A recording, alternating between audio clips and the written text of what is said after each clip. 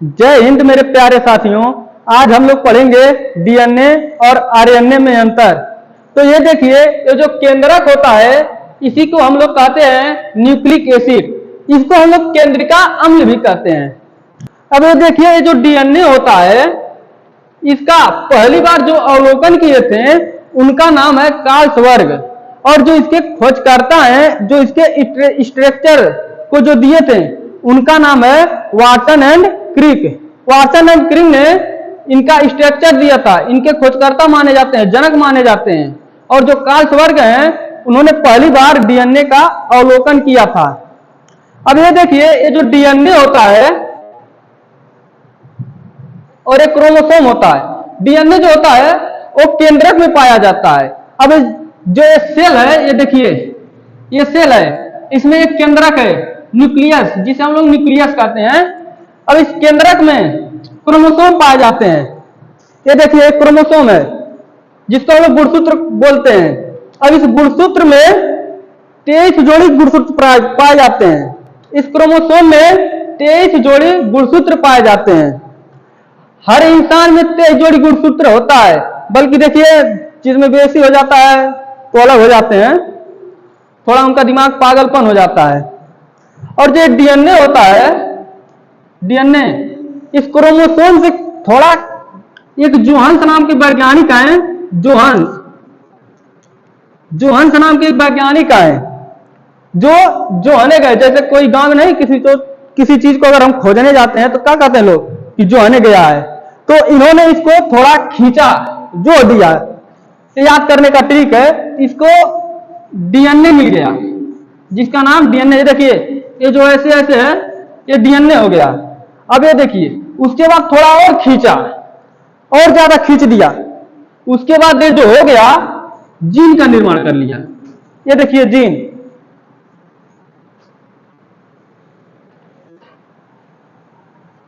अब इस जीन का जो कार्य होता है, जो जीन का कार्य होता है, वो मनुष्य जो जैसे घर में जब बच्चा पलता है तो उसका 2 आंख होना चाहिए, 2 हाथ होना चाहिए, 5 उंगली होना चाहिए, बाल सर पे लगाना है, ये निर्णय ये जीन करता है, जीन। अब ये जो जीन होता है, मान लीजिए हमारे हाथ से थोड़ा सा चाम निकालें, उसके बाद चाम को निकाले, उसको और देखें, जूम करके देखें, उसमें मिलेगा सेल। उसके बाद हर सेल में, मतलब उसके बाद सेल से हम लोग देखेंगे, उसको जूम करेंगे तो केंद्रक मिलेगा, फिर उसको जूम करेंगे तो गुणसूत्र मिलेगा, गुणसूत्र को थोड़ा खींचेंगे तो उसके बाद डीएनए मिलेगा, उसको थोड़ा खींच देंगे तो जीन मिल जाएगा। अब हो गया जीन।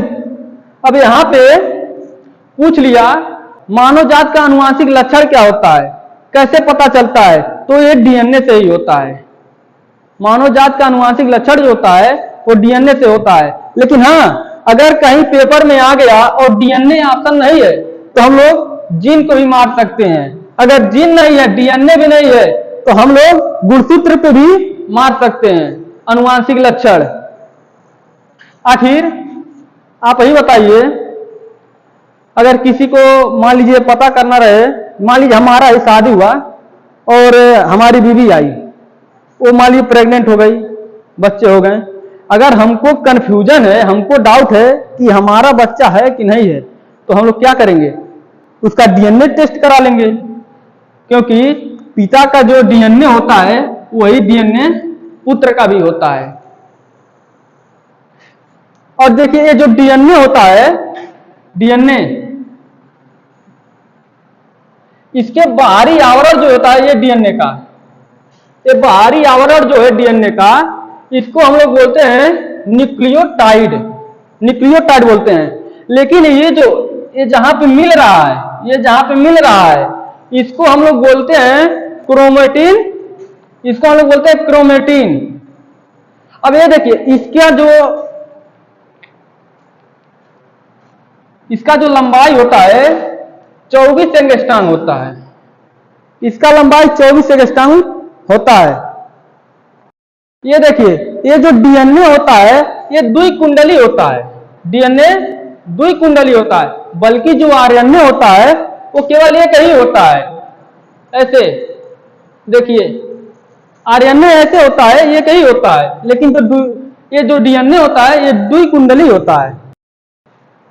ये देखिए हम लोग तो ये जान चुके हैं कि केंद्रक में डीएनए पाया जाता है। इसके अतिरिक्त दो और चीजों में भी डीएनए पाया जाता है, जिसको हम लोग कहते हैं क्लोरोप्लास्ट और माइटोकॉन्ड्रिया। पौधों के क्लोरोप्लास्ट में भी डीएनए पाया जाता है और माइटोकॉन्ड्रिया में भी डीएनए पाया जाता है। अब यहाँ पे हम लोग समझेंगे डीएनए का तत्व, मतलब जो डीएनए होता है इसमें कितने कंपोनेंट पाए जाते हैं। तो इसमें देखिए न्यूक्लियोटाइड जो होता है इसके दो तत्व पाए जाते हैं। पहला होता है न्यूक्लियोसाइड, इस न्यूक्लियोसाइड होता है पहला। अब देखिए यहाँ पे होता है, दूसरा होता है फास्फेट जो फास्फोरस के फॉर्म में होता है। इस न्यूक्लियोसाइड में भी दो पाए जाते हैं, एक शुगर होता है, एक नाइट्रोजन बेस होता है। अगर कहीं आपसे पूछ लिया कि डीएनए में मुख्य रूप से कितने तत्व पाए जाते हैं, तो मुख्य रूप से 3 पाए जाते हैं, शुगर, नाइट्रोजन बेस और जो तीसरा होता है फास्फेट।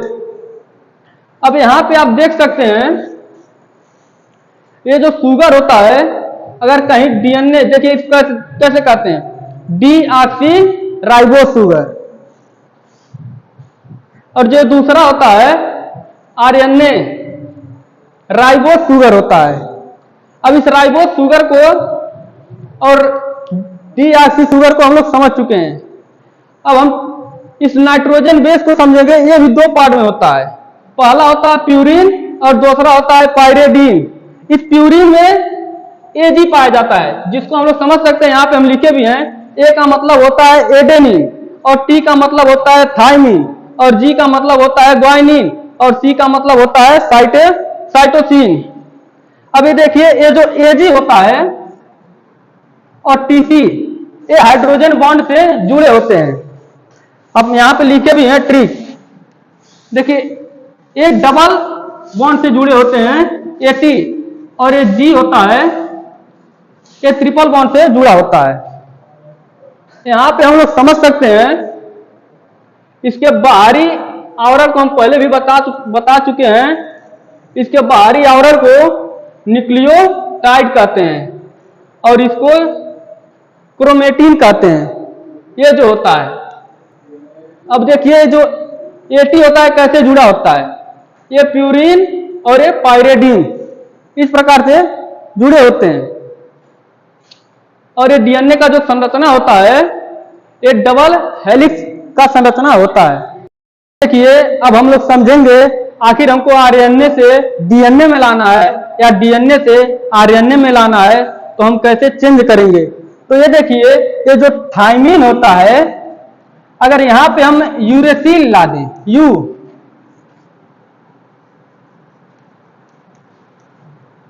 यूरेसिल, इस थाइमिन की जगह अगर हम यूरेसिल ला दें तो ये आरएनए बन जाता है।